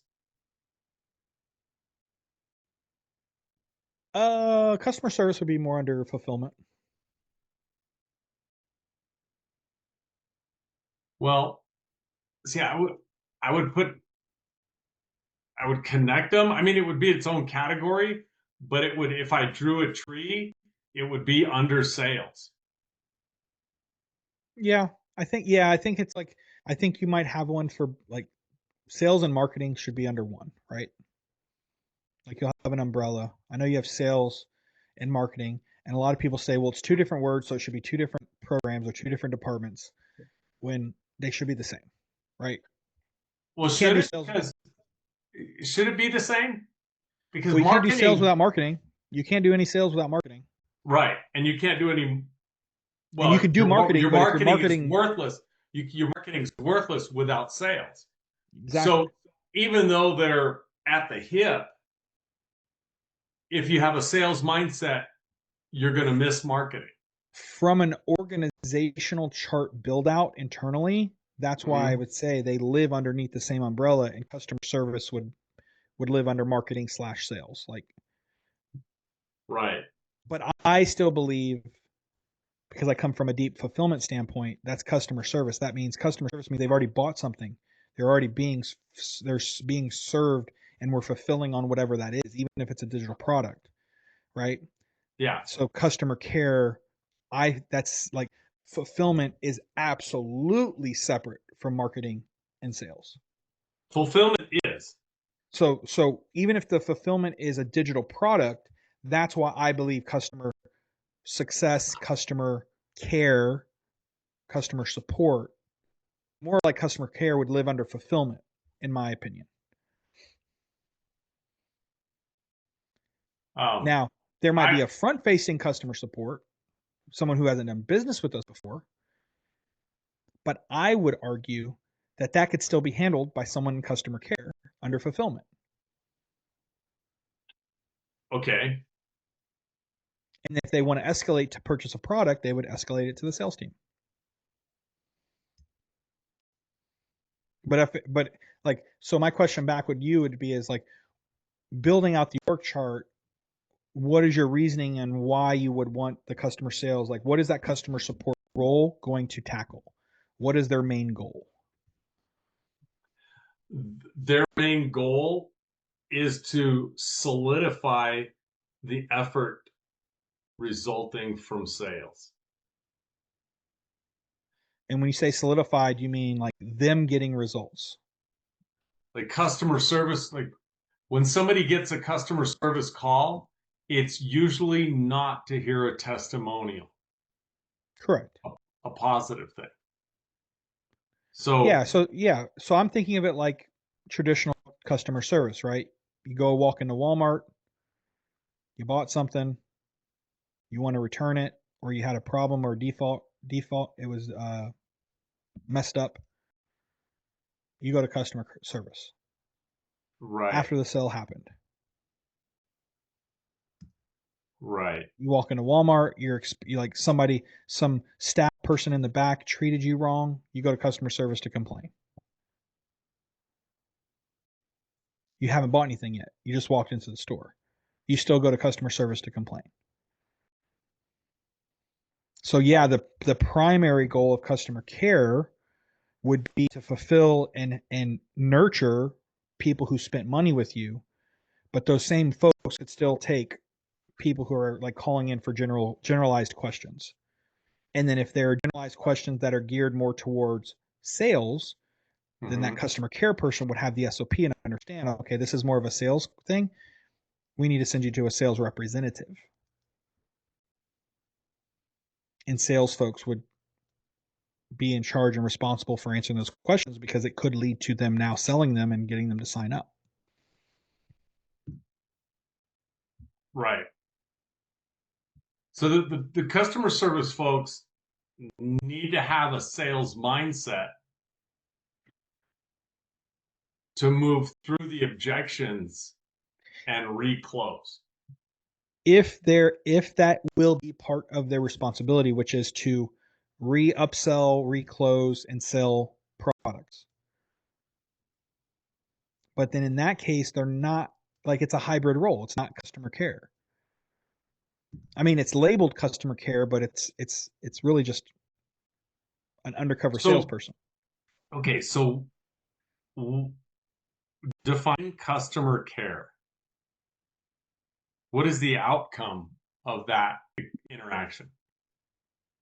I would say most customer care, the outcome would be feeling like when you left the call, you felt like you left with more clarity, confidence, and accomplished and have clear direction on your concerns or your journey.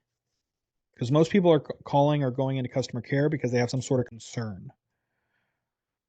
They're concerned about something. They're unsure.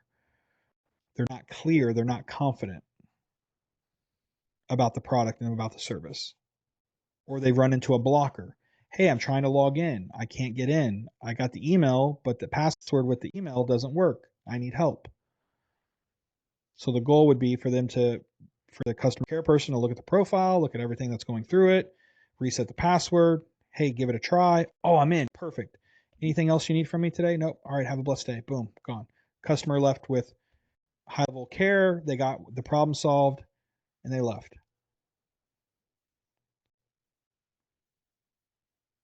Okay, so the customer care outcome is being left with more clarity and confidence. Correct. To a degree. Yeah. Like from a broad perspective. Obviously, it's a nuanced. Okay, so what are the nuances? Well, nuances would be, well, I'm calling about the product. It's shit. I want to give you feedback. And, like, I just wanted to let you know, like, it's a terrible product. I want my money back. Right Got it. now, depending on the SOP that you have, they're going to do everything they can to try to retain the person, retain them. It's still customer care, customer retention to a degree, Uh-huh.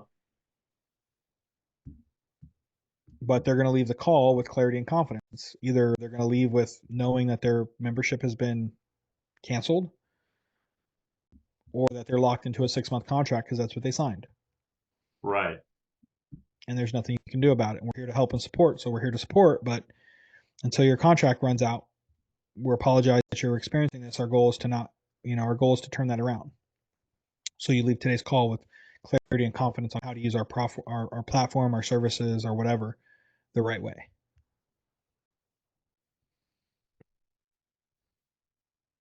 And then if someone comes in and says, "Oh, I love your product. It's amazing, but I'm missing this functionality. Like I thought I was going to get that. Oh, look, sir, I reviewed your account. It looks like you had the lower tier part of that.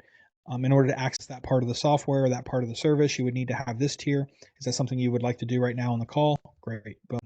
Click of a button. All right, you've been upgraded." It's sales, but it's depending on what they're buying. If it's just a quick one button upgrade, that's not hard. It's still customer care. They're still leaving with clarity and confidence, and now they have access to the newer parts of the features of a software or a service. So one of the things I just caught in what you were saying is what I would call transactional. And transactional is the last 25% of sales. Mm-hmm. Yeah, and we call that fulfillment. Customer care is part of fulfillment. No. Okay, well then let me dissect it a little more. Because what I'm calling transactional is I click on that last link, break up my credit card, fill out the form, and click pay now. Mm-hmm. That's the transaction. Somebody calls into customer care. They talk about a feature they thought they were getting. They find out that that's part of the other package that they didn't buy. Mm-hmm. Do they want that feature? Do they want to stick with the package they have? I want that feature. Customer service, the customer care person informs them, and then the person either moves on or executes a transaction. Mm-hmm. The customer care person doesn't realize, typically do not realize that the first 3/4 of the conversation, they were functioning as sales.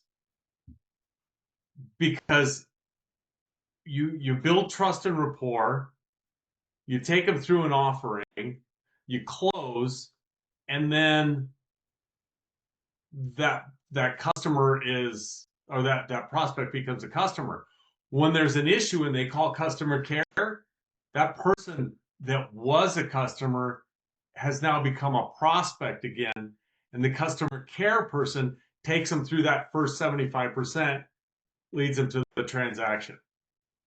Or the transaction could be, because it's a mental click, the transaction could be, I get it now. I didn't understand that before. Let me just mess around with the package that I bought and see if I want to buy that later. Yeah. But it was a transaction, not a financial transaction. It's a mental transaction that took place to sell the person, close the person back on the company and the product they bought. Yeah. And that's more important than the sales process prior to the first transaction. Yeah, I think everything is transactional, right? Everything we do is transactional to a degree, yeah, right? The ending of everything we do is transactional. Correct. It's just, I think what we're, I guess, dissecting right now is, one, where would customer care fall under? Like, which org chart would they fall under? Right. Is there going to be a sales director that's going to be training and observing customer care folks, or is it going to be fulfillment people on how the product works that is going to be training the customer care folks? And is it going to be a hybrid, because we're also going to require the customer care folks to resell products and services? Well, okay, I want to address the require in a second. I want to point back to I went through my articulation, and you agreed with that, and then you expanded on it. Well, my articulation ended in a transaction. Yeah. And so for folks watching this, think about the fact that there are multiple transactions going on, and most of them have no money involved. Yeah. But the important ones result in the exchange of money transaction. Correct. So we built through that. Okay, so the requirement of customer care. A customer care person doesn't actually need to be told that they're going to be required to do that. It's written into their script, and they're trained to respond in certain ways. But because the person doesn't like sales, we don't tell them it's sales, even though we're training them in the most subtle soft sell on the planet. I think the plus also the level of person you're putting in that role, right? It's very just read the script, Right. just react Exactly. based on what the customer says, and then if it's too difficult, kick them over to the sales team, and then move on to the next call that comes in. Yeah. Like it's very just, hey, I know you're upset today, Stan. Sorry to hear that. And then there's a response for when someone's upset, and you have a script you read right off of. If there's anything else that I can help you with today, please let me know. If not, I can escalate this and move you over to the sales team. Would you like me to do that? Yeah. Okay. Boom. Yeah. Like, because the responses will just be tailored, scripted, and I don't have the authority to do that, and that is outside of my wheelhouse. All those kind of responses. Right. So, Yeah. all right. Well, what else you got written down?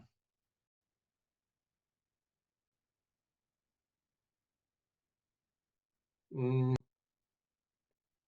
let's see.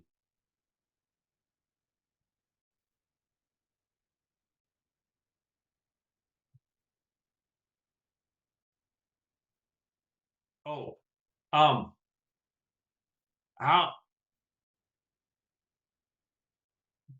can I get clips of these I'll get them for too? you. Okay, so because I was thinking of that too, because it's just and then, like, when was it? It was something happened last week where I totally spaced. What was I doing on Tuesday? Like, it totally freaking. I'm like, oh my gosh, Tech Savvy Tuesday. All right. I canceled it last week, I think. Yeah, and then I saw that today, and I was like, oh, I didn't Yeah. miss one. Yeah. Because I don't think I've missed one since I started. Um, Yeah. You've been really good. I appreciate that. Well, yeah, you bet. I mean, I get a lot out of it, and then, but the other thing that I saw when I saw that I missed that before I saw that you canceled it was I came across a damn note about the testimonial challenge by the end of whatever, and I'm like, oh my gosh, I missed that bonus. well, you can still do it if you want, but you don't need the bonus. You already won the $20,000 coaching for a year, bro. You're well, already winning, man. it's okay to have bonuses in the closet. Wait, Absolutely, yeah, but no, that expires, bro. That I know expires. it did. No, but if you, I mean, hey, but like I said, if you want to still create one, I think that it'd be an honor to have a testimonial from you, and it would be a great one because we've been working together since what 2019, I think we called it, Yeah, something like that. yeah, So we've known each other for quite some time now, and there was a couple year hiatus where we hadn't connected, and yeah. Where when you moved to Florida, yeah, moved to where'd Brett Florida. go? Yeah, but anything that you feel you can give, I'd grandfather you into that will. You left California so fast, you sucked me to New Mexico in It the was draw. quick. It was quick when we decided. We literally sold the condo in 2 weeks, and we were out of there in 30 days, cross country, gone. I know. And the vacuum, man, I ended up in New Mexico. Did not want to stay. I still don't even want to step foot in that state right now. It's crazy over there. I don't want to step foot because I've said so much on the internet now. Yeah. I don't want to step foot in that state because I don't want them to give any reason to be like, nah, you're not leaving. Oh my gosh, that's crazy. Because I don't know what they're going to do. I don't know how crazy they'll get. Yeah. There was talks about that where they were going to like the mass exodus of people leaving. They were getting to a point where they're going to say like, no, we're not going to let you move out of the state. There was talks of them trying to pass bills that you had to pay to move out. I'm like, I'm getting out now. Yeah, like how stupid is that? I mean, how many people are going to actually pay them? Yeah, but to a degree, like anything else, like in the Nazi era, right? Like the only people preventing that could have prevented that are the people that had the guns, which are the security guards. But they were just following orders. So when I look at some of the stuff that went down during COVID in California, the only thing stopping people were the sheriffs enforcing the stupid ass rules. Yeah. So the sheriff should have been the first line of defense. Hey, this is kind of stupid after 4 months. We're not doing this. We're not going to shut down this veteran's gym, his business's livelihood, for the stupid rule that we clearly now know about 4 or 5 months into this. This is stupid. I am not going to go arrest this gym owner. Oh, you're going to lose your job. Well, then fire me. Then you're Yeah. going to fire every police person on the street, and now you're going to have real mass chaos because you're not going to have anybody policing real crimes going on. But what happened? You had people so feared for their life, so feared for their income, they'd like, oh, I don't want to have to arrest you, but I will because I got to keep my job. That's not the American way. Yeah. And that's what I'm afraid of. Like, I'm afraid of I could go back there and some dude that's got a $70,000 sheriff job and my name gets flagged for whatever reason. Yeah. If he enforces an unlawful law, what do I do? What does anybody do? So Well, somebody's going to get crazy at that point. well, no, but that's where that's how the first American Revolution started. It's called Great Britain, Europe, or whatever, to said, hey, we're gonna put some stamp tax on you guys Yeah. because we spent all this money to protect you over there, and we're broke now. We're gonna tax you, and the American people were like, no, we're not gonna pay that. That's stupid. And then Yeah. they sent over troops to enforce the tax, the redcoats. And they're Yeah. like, nah, we're going to separate ourselves from you guys. We're not, no, we're a new state. Yeah. That's how all the colonies were performed. And they created the Declaration of Independence and all that stuff. Like, I said this when it all happened. I was like, we are on the verge. If something doesn't happen, I truly believe if Trump had not won, whether people believe in him or not, I look at the overall ideology behind Trump and what he represents is he represents America and what we stand for. I believe if he had not won, there's a good chance America would have split into another American Revolution. You would have red states and blue states. Yeah. And all the blue states would have got kicked into the ocean. all the blue states would have Except for realized real Florida and quickly. Texas. Yeah. Well, that's what I'm saying. All the red states would have just killed all the blue states. Yeah. And we would just take it over again and it would be a different kind of revolution, but it still would be a revolution. Yeah. And it would not be the White House anymore because it was separated. It would be a new form of White House, but it would be America 2.0. It would not be the original America that we've lived in for a couple hundred years. Yeah. It'd be crazy. And it's like, for what? Because you sneezed on somebody and they died like the flu? Right. And I didn't want to wear a mask because I got caught it and I have natural immunity because science tells me I'm protected now. But if I don't get a vaccine, you're going to kick me out of my job. That's what happened. Right. Yeah. Yeah. That was one crazy year. Yeah. And the aftermath. But yeah, I love freedom. Well, how does that relate to customer fulfillment? Oh, we sidebarred a long time ago. What are you talking about? But yeah, if you want the clips, do you have a subscription to Opus Clips yet? Opus Clips? No. Yeah. Oh, well, one. Send me your link. I'm gonna get my link. You know what I'm doing, bro. I heard it coming. You already know what I'm doing. So I'm going to drop this in the chat. I think you get a couple credits for free, but you got to buy credits. But it's the best thing in the world because when I upload this to YouTube, once you get the YouTube link, you can just pop this into Opus Clips and select the formatting you want, the vertical, horizontal, captions, colors, branding, length of clips. Do you want a 30-second clip, a 60-second clip, a 5-minute clip, a 20-minute clip? It does everything for you in a matter of minutes, and it gives you a title of the video. It ranks the video, whether like the hook, the content, the virality. It gives you everything you need, and then you download it. You can bulk download it into a Google Drive or your hard drive, and then upload it to any social channels you want. Okay.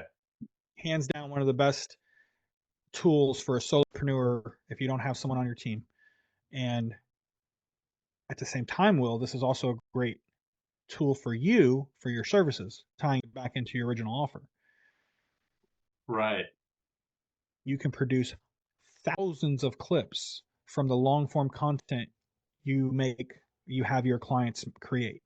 And this can be a quick way to get quick turnarounds for some very easy to use clips that you can have them upload into a client Dropbox folder that their team can take and immediately start using in their marketing efforts. But like this video is a couple hours long. If I plug it into Opus Clips and I ask for 60-second clips, I'll probably get like 30 clips from this call tonight. And it'll automatically rate and rank each of those clips so I can post the ones that have the highest score. So it will rank them, or how do you rank them? No, it'll rank them. Here, I'll show you. I'll log in. Okay. Yeah, it's one of my favorite tools. So this was actually a call that one of my local folks came to one of my real estate meetups, and I told him I would make him clips. So I made him clips here. Yeah. So these are these clips from his long call with someone. You see the ranking here, 99, 98, 96. Yeah. They're all different variations of size. So this is a 43-second clip, a 3-minute clip, a 28-second clip, right? Yeah. But it gives you, if you open it, it's going to give you your hook, your flow, your value, your trend. It's going to give you a score. It's going to talk about emotional story. It's going to give you kind of like the transcript down here below. And it's already clipped out. It adds the captions. You can decide what kind of caption style you want. It adds the captions for you, and it gives you a title of the video up here. Number 1, co-living, get paid, help people. It's phenomenal. Now there's a lot of other options here where I can publish it to social media if I have it connected. I can download the HD copy. I can edit it further. I can do another AI hook, which looks like they have a beta in place. B-roll if I want to. That's all from one clip, but this video got 31 clips. And then you have your lower ranking scores, which you could still post, but they wouldn't be the first ones you'd want to post right away. So why are they? What's the criteria for ranking? It does all the automatic searching for it, the hook. So it's searching the web and it's pulling the transcription, and it's saying this part of the video matches the criteria of a good hook.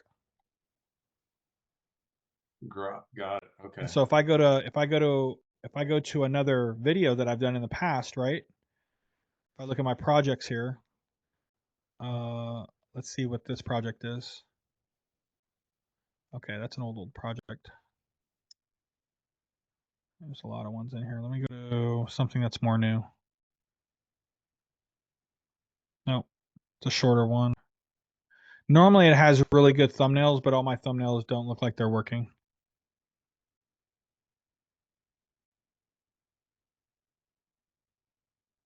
This was obviously Javier, my business partner in real estate. Yeah. But needless to say, right? Like we plugged this one in. But all you do is drop in a YouTube link or a Vimeo link, a Zoom, Rumble, Twitch. You could do a hard file, Facebook, like their Riverside StreamYard, like they were expanding how many links you can drop in here. And once you drop the link, you can just select the style clips you want. Boom, done.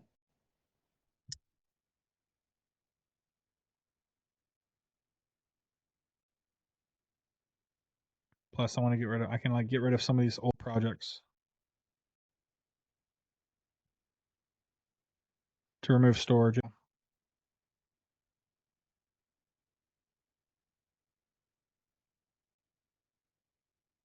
Yeah, can't find that project. These are old projects, but this was the most recent one that I did. Okay. And you can do vertical or landscape formatting. Can you change it after it's already showed up? Not that I'm aware of. You'd have to run it back through and use more credits to get a different format. Okay. All right, cool. I'll check out Opus Clip. So Opus Clip, I can go grab a video off of YouTube or Vimeo, drop it in there, and it slices it up. Any video off YouTube. So this is where people are making clips where they do the clipless, faceless channels, and they do clips for other people. So you can grab any public-facing YouTube link, you can plug it in there and use your credits to create whatever style clips you want. Obviously, if you're doing them for your own brand, but this is where you can do it for your clients. Got it. Will, okay. I'm going to get out of here. All right, get out of here. Yeah. Is we'll it dinner time or bedtime? Yeah, it's way past my bedtime. So old. That's not true. Yeah. I've been up with you till 1 a.m. Yeah, so what I'll do is once this converts on Fathom, I'll download it, upload it to YouTube. I'll grab the link and I'll share the YouTube link with you. And then if you want to run Opus clips on our call today, you can see kind of what it spits out and you can play around with it and have fun. But if you do one format and you want a different one, I believe you have to run it back through again and use more credits. So just be mindful of that. Yeah. Okay, cool. All right. Awesome, Will. Always great connecting with you, brother. Absolutely. Okay, so we do 2 weeks? Yeah, we can do another 2 weeks. Okay. I'll update the calendar, and if the time works, great. If not, just message me and we can readjust it. Okay. And then TechSavvy Tuesday evenings now. Yeah, 7 p.m. for right now, moving forward. But yeah, just keep an eye on the calendar for when they're going down. Next Tuesday, we're not doing it. Oh, because next Tuesday I'm going to a Jelly Roll. Jelly Roll. Jelly Roll and Post Malone concert. Oh, dude, I got to sing live on stage with my buddy's band. Oh man, I hope they don't call me up. I can't sing for shit. Yeah, he and his wife, we went last Friday. Was it? No, 2 Fridays ago. 2 Fridays ago, we went to karaoke with him. Like, hey, we're going to karaoke, this place we've never been to. You want to go? Sure. So we show up. I sung a couple of songs, and then he's like, yeah, you should come out next week. We're playing here. I'll put you on stage. I'm like, okay. And then at the beginning of the week, he's like, I was going through his playlist, and he's like, and he said, why don't you sing this song? And so that was the song I sung. I practiced that thing. It was a Toby Keith song. Nice. And yeah, Toby Keith. And it's hilarious because I'm like in the middle and I'm totally blanking on this song. Toby Keith, A Little Less Talk. Nice. And I must have like 200 times went through that song in 2 days. Well, yeah, if you knew you were about to sing it, and so it's gonna be on stage, so that's pretty cool, man. Yeah. So, all right, well, I'll see you in 2 weeks. All right. Do something on stage in 2 weeks. Hey, bro. All right, man. Take care. Bye.